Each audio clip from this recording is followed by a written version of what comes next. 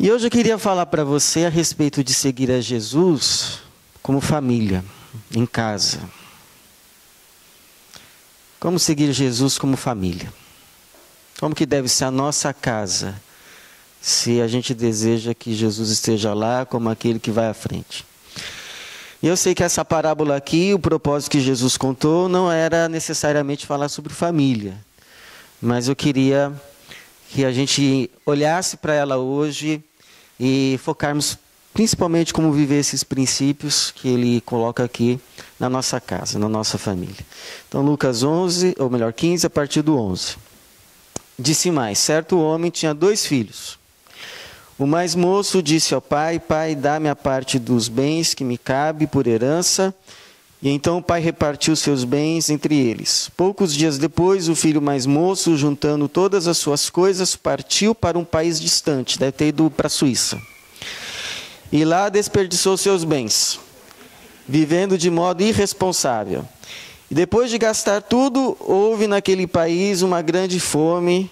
É coisa difícil, né, de acontecer, mas aconteceu. E ele começou a passar necessidade. Então se colocou a serviço de um dos cidadãos do país, e este o mandou para os seus campos para cuidar de porcos. E ele desejava encher o estômago com as alfarrobas que os porcos comiam, mas ninguém lhe dava nada. Ele, porém, caindo de si, disse: quantos empregados de meu pai têm fartura de comida e eu estou aqui passando fome? Vou me levantar, irei até meu pai e lhe direi: pai, pequei contra o céu e contra ti, não sou mais digno de ser chamado teu filho, trata-me como um dos teus empregados. E levantando-se, foi para o seu pai. Estando ele ainda longe, seu pai o viu, encheu-se de compaixão e, correndo, lançou-se ao seu pescoço e o beijou. E o filho lhe disse: pai, pequei contra o céu e contra ti, não sou mais digno de ser chamado teu filho. Mas o pai disse aos servos: trazei depressa a melhor roupa e vestiu, pondo-lhe um anel no dedo e sandálias nos pés. Trazei também o melhor bezerro e matai-o, comamos e alegremo-nos, porque este meu filho estava morto e reviveu, havia se perdido e foi achado. E começaram a se alegrar, fizeram uma festa. O filho mais velho estava no campo, e quando voltava, ao aproximar-se da casa, ouviu a música e as danças. E chamando um dos servos, perguntou-lhe que era aquilo. E este lhe respondeu: teu irmão voltou. Teu pai matou o melhor bezerro, pois o recebeu são e salvo. Mas ele se indignou e não quis entrar. E então o pai saiu e insistiu com ele. Ele, porém, respondeu ao pai: há tantos anos te sirvo e nunca desobedeci a uma ordem tua. Mesmo assim, nunca me deste um cabrito para eu me alegrar com os meus amigos. Chegando, porém, este teu filho, que desperdiçou os teus bens com prostitutas, mataste para ele o melhor bezerro. Mas o pai lhe disse: filho, tu sempre estás comigo, e tudo que é meu é teu. Mas era justo festejarmos e nos alegrarmos, pois este teu irmão estava morto e reviveu, havia se perdido e foi achado. Pai, estamos diante, mais uma vez, da Tua Palavra. Pedimos agora a ministração do Espírito Santo e trazendo, Pai, a nossa mente cativa ao Senhor e um coração aberto como terra fértil para receber a Tua semente, a Tua Palavra e que assim frutifique para a nossa salvação. Amém. Conheço a história de uma moça que ela tinha muito problema com o pai dela. Não que o pai dela tenha feito assim algo ruim para ela em si, mas fazia mal para a mãe dela. Então ele bebia muito, e aí teve um dia que elas chegaram da igreja, e ele tinha fechado a casa, não queria deixar ninguém entrar, e essas coisas foram criando no coração daquela moça uma raiva do pai. Uma raiva do pai, uma indiferença para com o pai que fazia com que ela tratasse mal o pai. Só que aí chegou uma hora que Deus colocou assim no coração dela, que independente do que tinha acontecido, e Deus já estava trabalhando na vida do pai dela também, e ela reconhecia isso, que independente ela deveria tratar bem o pai dela. E aí ela colocou no coração que todas as vezes que o pai voltasse para casa do serviço, ela ia recebê-lo com um beijo. E assim foi, o pai chegava em casa, ela dizia: oi pai, tudo bem? E dava um beijo no pai. O pai chegava em casa: tudo bem, pai? Dava um beijo no pai. E assim foi, por 1, 2, 3 meses, alguns meses, e aí o pai repentinamente teve um ataque cardíaco e faleceu. E ela ficou com aquilo na cabeça, que foi Deus que colocou no coração dela tratar assim o pai, porque o pai partiu, e aí não ia adiantar mais dar beijo no pai. Tinha que dar beijo no pai quando o pai estava vivo. Tinha que tratar bem o pai, não depois que o pai estivesse no caixão. E ela sabia disso. E ela se confortou por isso. Então, se há um lugar, irmãos, que a gente precisa ouvir a Deus, seguir a Jesus como mestre, e muito mais como Senhor, é em casa. Agora, se tem um lugar difícil para você seguir a Jesus, é dentro de casa. Porque é dentro de casa, por incrível que pareça, que às vezes você tem as suas maiores tristezas. É dentro de casa, é no ambiente do lar, em que você tem as suas maiores decepções. Por quê? Porque você conhece a pessoa melhor do que ninguém, ela conhece você. E o ambiente às vezes se torna difícil, se torna complicado, porque o pai tem pecado, a mãe tem pecado, a gente erra, e nem sempre a gente tem espírito perdoador. É complicado. Por exemplo, aqui nessa história, nessa parábola que o Senhor Jesus contou, ele fala de um pai que teve uma grande decepção. Seu filho mais moço um dia chega para ele e diz assim: olha, me dá aí a parte minha da herança que eu vou embora. Eu estou cansado, o senhor não morre para eu pegar a minha parte da herança e ir. Foi isso que ele falou para o pai dele. Eu estou esperando, eu quero curtir a vida, não estou a fim de passar o resto da minha vida aqui na sua fazenda, não. Tem um mundo aí para eu viver, para eu conquistar, para eu experimentar. E você sabe que a herança do pai você só pega quando o pai morre. Então, quando o filho pediu a herança, estava falando assim: o senhor não morre, então me dá logo aí que eu não vou esperar. E aí começa o desenrolar de toda essa história. Então, como é que a gente pode ser discípulo de Jesus, filho de Deus, filha de Deus, às vezes num ambiente tão difícil que pode se tornar a casa, o lar? Então, primeiro, a gente precisa aprender a dar de graça aquilo que a gente recebeu de graça, porque tudo que a gente recebeu é de graça. E se a gente não tiver isso em mente, a gente vai começar, sabe o quê? A ficar cobrando um dos outros o tempo todo. Porque a gente acha que a gente fez uma coisa boa para o outro e o outro tem que fazer uma coisa boa para a gente. A gente se esquece que tudo que a gente pôde dar para uma pessoa, seja para uma esposa, seja para um esposo, seja para um filho, seja para um pai, na verdade foi Deus que deu por meio de nós. Se tem uma coisa boa que a gente fez por alguém, foi a graça de Deus em nós que nos moveu a fazer. Então, se essa pessoa deve alguma coisa a alguém, não é para a gente. Agora, quando a gente não sabe disso, a gente pega uma caderneta, lembra aquelas, não sei se você viveu naquele tempo, que tinha aquelas vendinhas, e aí você comprava e o dono da vendinha ficava anotando, e aí depois você pagava, era o cartão de crédito da época, né? Era o cartão de crédito. Então o cara anotava lá, depois você ia e pagava. E em casa é a mesma coisa, a gente faz a cadernetinha. Então, a mulher um dia levou um copo de água para o marido na madrugada. Ela anota lá, tal dia eu levei um copo de água. O marido um dia lava aquela pilha de louça lá que ela deixou na pia, né? Por misericórdia, Deus toca no coração. Deixa eu lavar a louça para essa mulher que ela está exausta. Só que ele lava, só que ele anota. Aquele dia eu lavei a louça. E presente de aniversário então? Você vai lá, chega o aniversário do fulano, você dá aquele presente que você gostaria de ganhar. Você fica feliz que você deu. Só que você anota e fala assim, ó, mês que vem é o meu. O que eu vou ganhar? E aí, ai do fulano se esqueceu o teu aniversário. Ou se ele der um presente que fica aquém daquilo que você deu para ele. Você fica cobrando tudo, tudo, tudo, tudo, tudo. Tudo está anotado. Esse pai aqui não cobrou absolutamente nada, nada, nada do filho. Quando o filho chegou e disse, me dá herança. Ele podia ter cobrado respeito. Moleque, você está o quê? Querendo minha morte? Dá o respeito. Ele podia ter cobrado gratidão, ter dito algo mais ou menos assim, poxa, depois de tudo que eu fiz para você, as noites que eu passei acordado para cuidar de você, agora você fala isso para mim, quer ir embora? Ou então, ele podia até cobrar direitos, porque naquela época, e ainda hoje, né?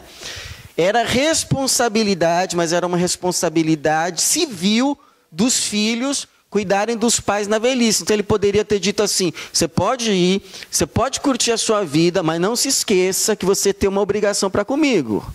Quando eu ficar velho, você tem que voltar e cuidar de mim. Mas não cobrou absolutamente nada, pegou, é a herança que você quer? Toque a sua parte. Pegou as suas coisas, dividiu entre os dois filhos e pode ir. Era a herança que você queria? Era o meu dinheiro que você queria? Está aqui o dinheiro. E não cobrou nada. Não cobrou nada. Então, quem está consciente da graça, não tem caderneta de anotação, de acerto de conta. É igual aquele filho que um dia chega para a mãe com um bilhetinho. A mãe está lá lavando louça, ele chega com um bilhetinho, está anotado assim, por ter enxugado a louça, 5 francos. Por ter cuidado do meu irmãozinho, 10 francos. Por ter tirado o lixo de casa, 15 francos. Total, 30 francos. Entregou para a mãe. Aí a mãe vê aquele bilhete, lê, né, enxuga a mão, tal. Pega uma caneta e escreve no verso. Por ter te carregado na barriga 9 meses, 0 francos. Por ter te amamentado, 0 francos. Por ter passado noites em claro com você, te criado, te educado, 0 francos. E aí entregou para o menino. O menino viu aquilo e escreveu, pago.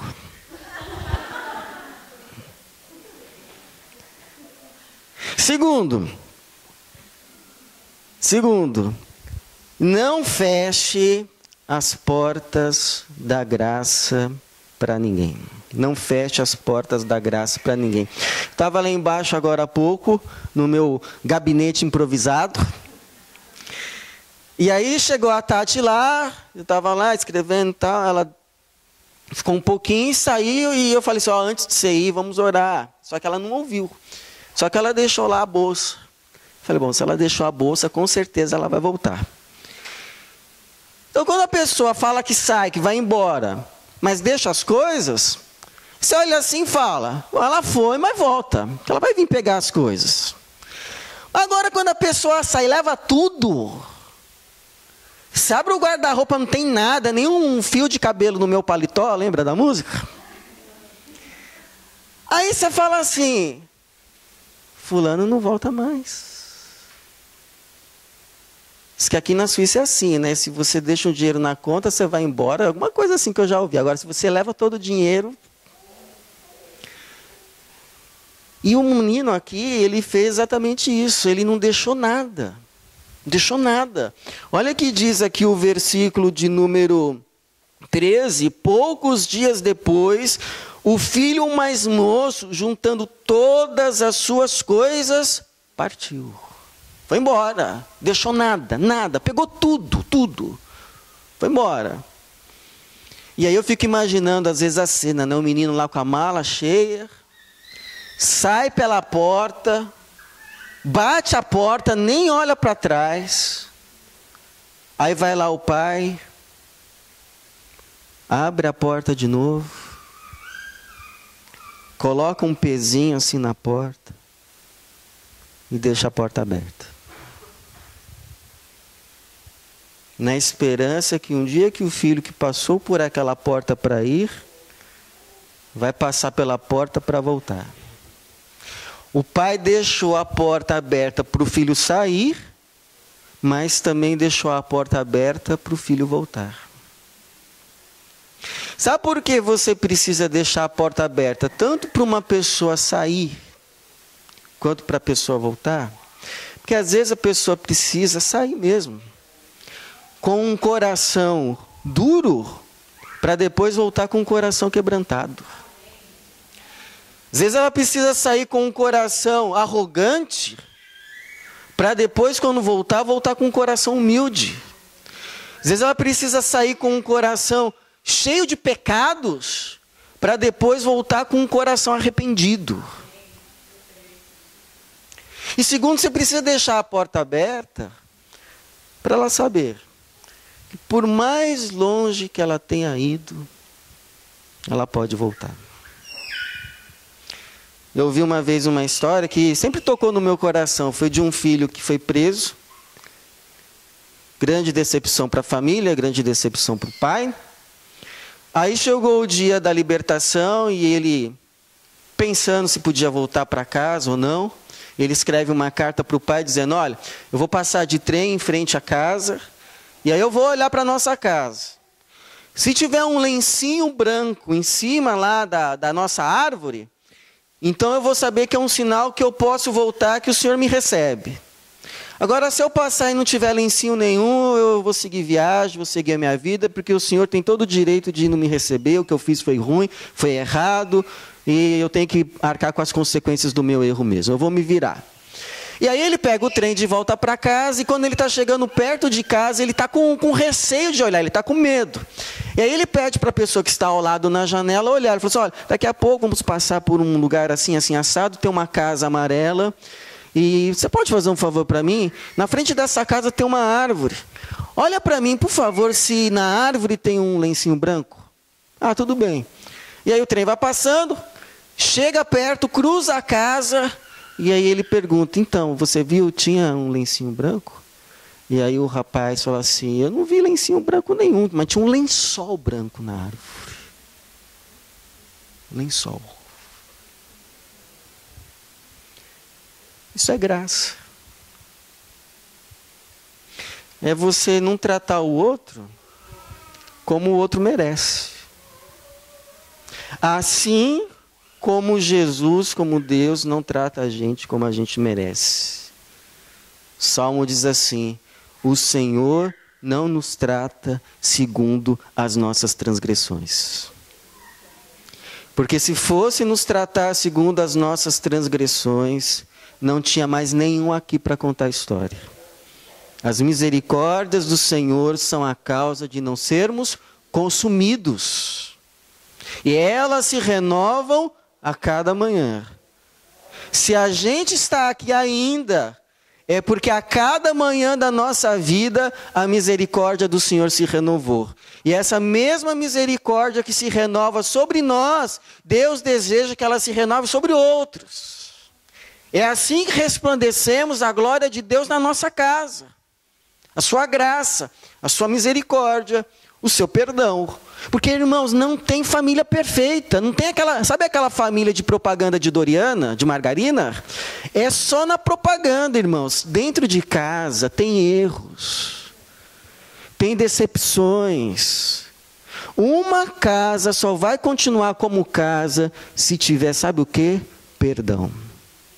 Não tem casamento, não tem família, não tem relacionamento que continue de pé sem perdão, porque todo mundo erra.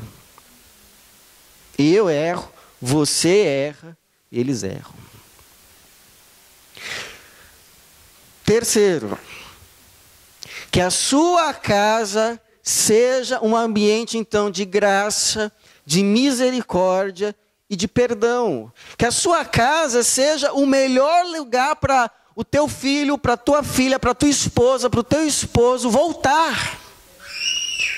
Mesmo quando ele se sentia a pior pessoa do mundo. Você ouviu isso? Que a sua casa seja o melhor lugar para seu filho, para sua filha, para sua esposa, para o seu esposo voltar. Ainda que ela esteja se sentindo a pior pessoa do mundo. Às vezes eu fico olhando como a gente trata bem os nossos filhos, né?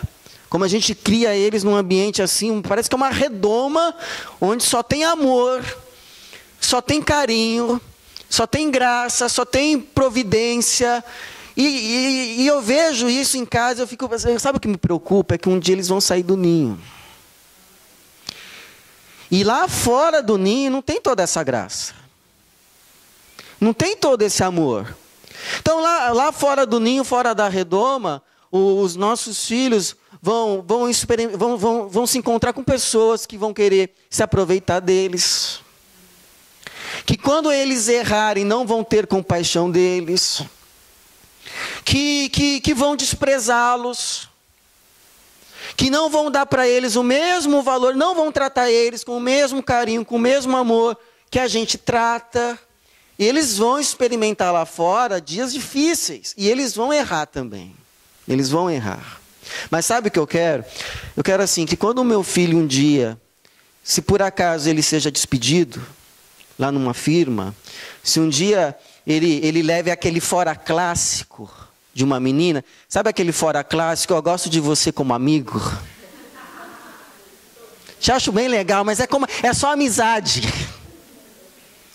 E que ele se sentia assim, na fossa.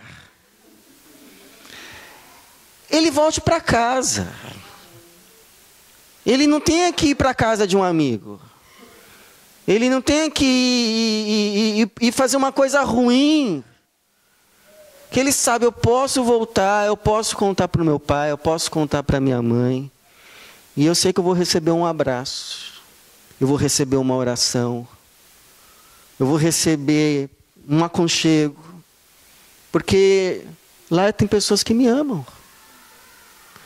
Lá tem pessoas que eu sei, elas não são perfeitas.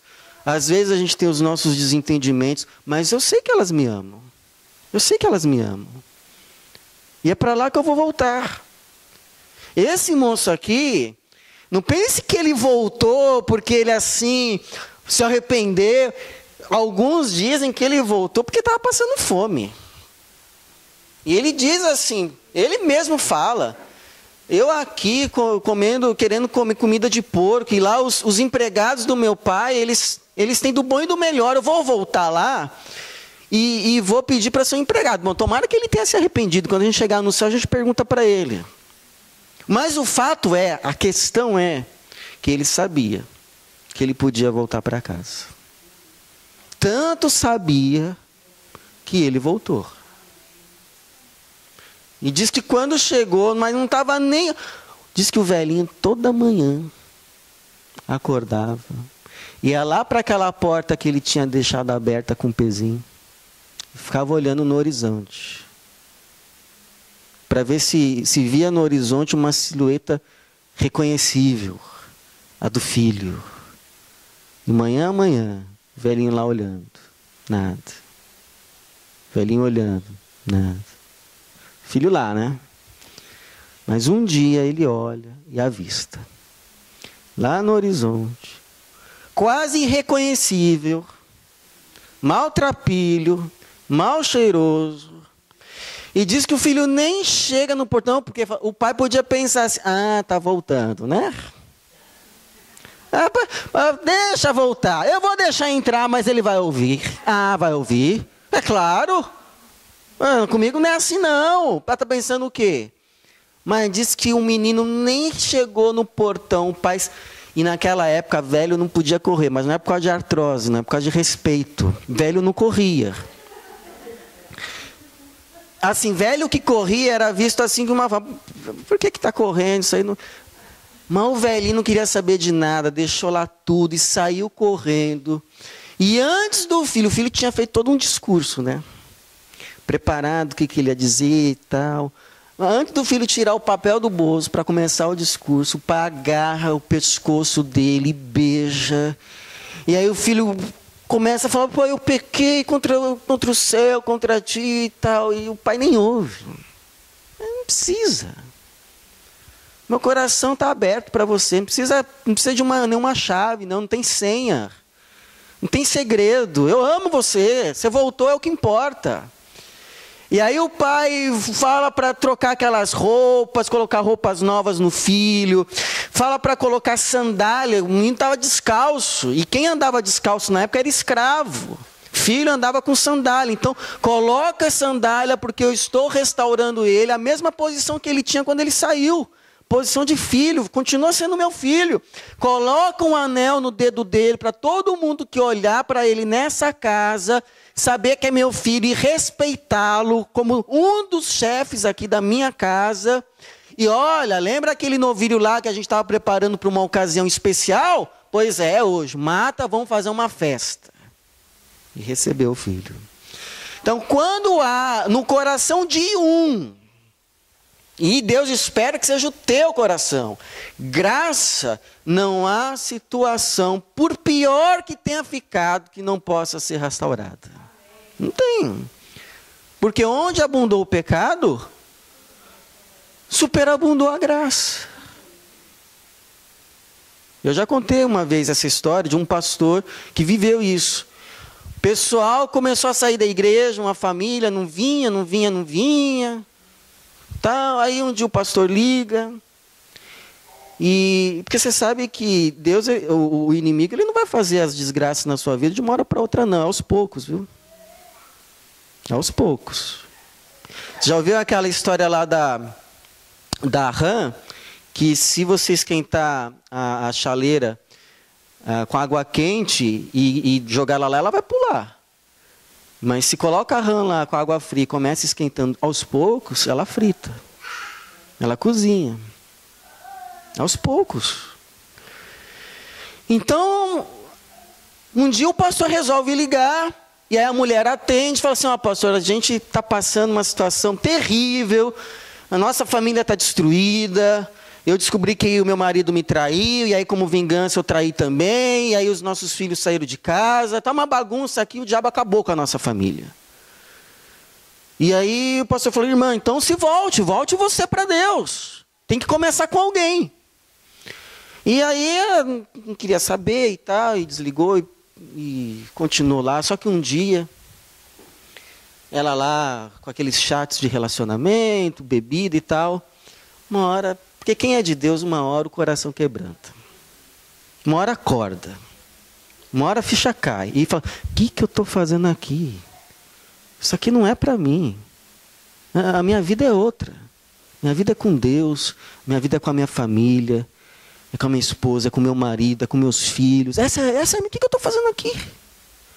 E ela então se quebranta, Deus toca ela. Ela olha para a fotografia lá, o marido, ela e os filhos...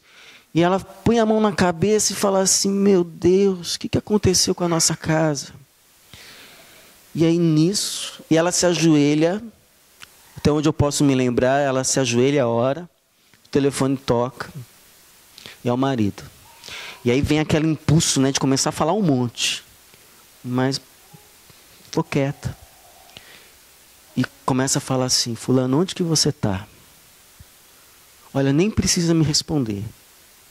Mas seja onde for que você esteja, volta para casa. Volta para casa. Volta para casa. E ele diz assim, pois eu estou aqui na frente, com os nossos 2 filhos no carro.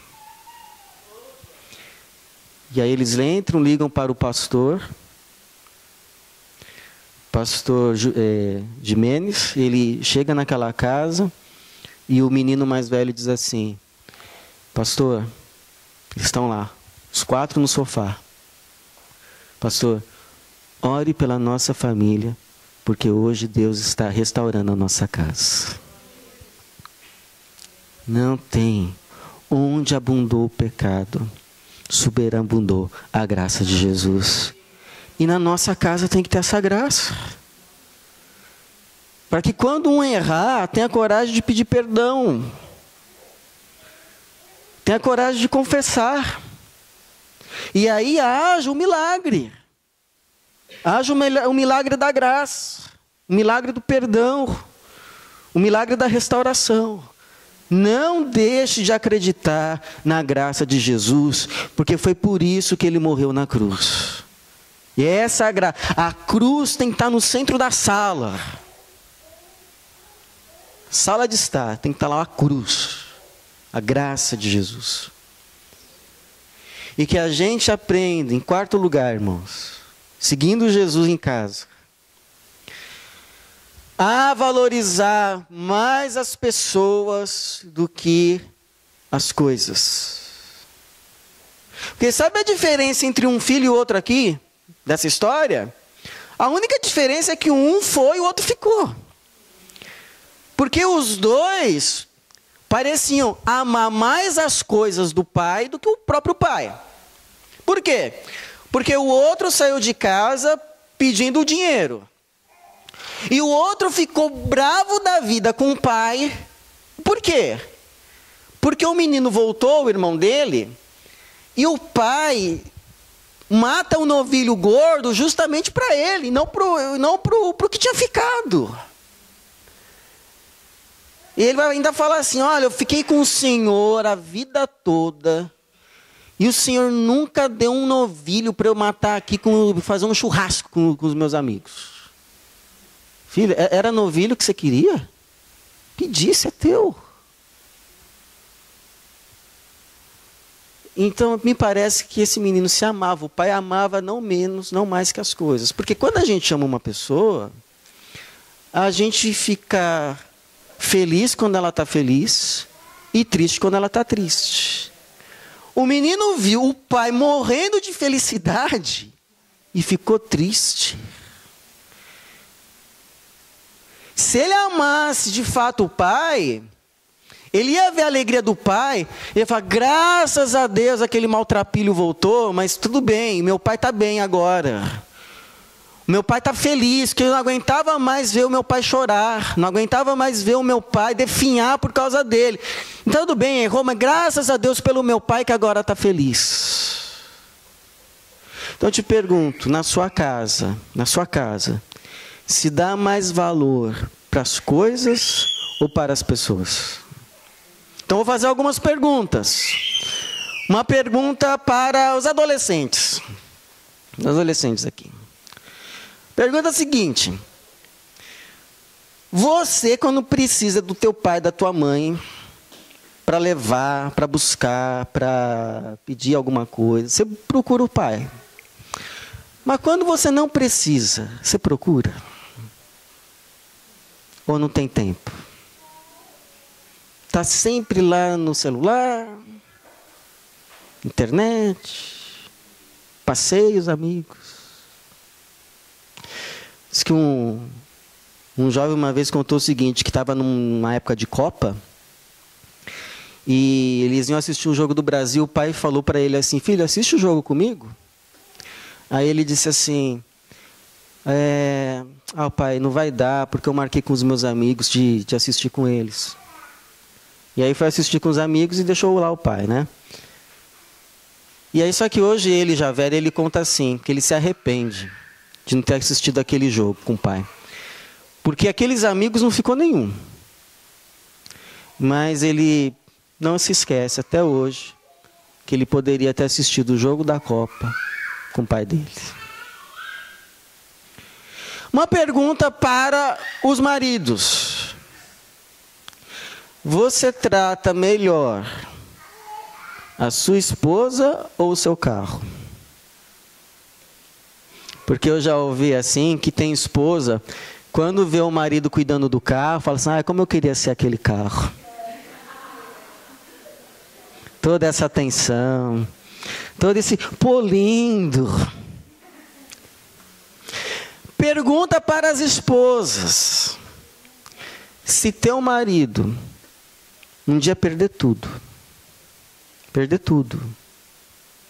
perder nome, perder crédito na praça, perder trabalho, perder emprego, não ficar com nada, você continua com ele? Ou volta para a casa da mãe? Quero ver.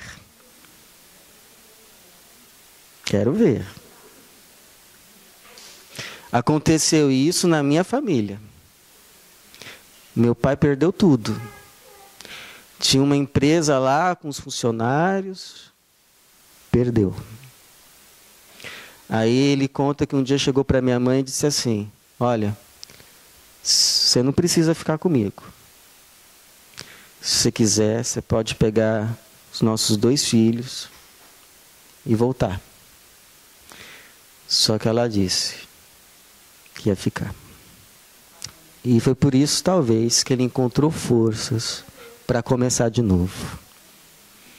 Porque encontrou numa pessoa graça, perdão, restauração. O que é seguir Jesus em casa? É tratar as pessoas que moram com a gente da mesma forma que Deus trata a gente. Com graça, com verdade, com misericórdia, com restauração. Simples assim. Simples assim. Como Deus quer que você siga a Ele em casa, tratando as pessoas, elas mereçam ou não, da mesma forma que Deus te trata. Porque você é colocado ali como instrumento de graça, de misericórdia e de restauração. Por isso a minha oração aqui, essa graça, porque você sabe que esse pai aqui da história é Deus, né? Esse pai da história é Deus. E é o coração de Deus para com seus filhos. Que esse coração de Deus seja o nosso coração. E que a sua casa, a minha casa, cada dia fique mais, como dizia um pastor meu, que a sua casa seja um cantinho do céu na terra. Amém.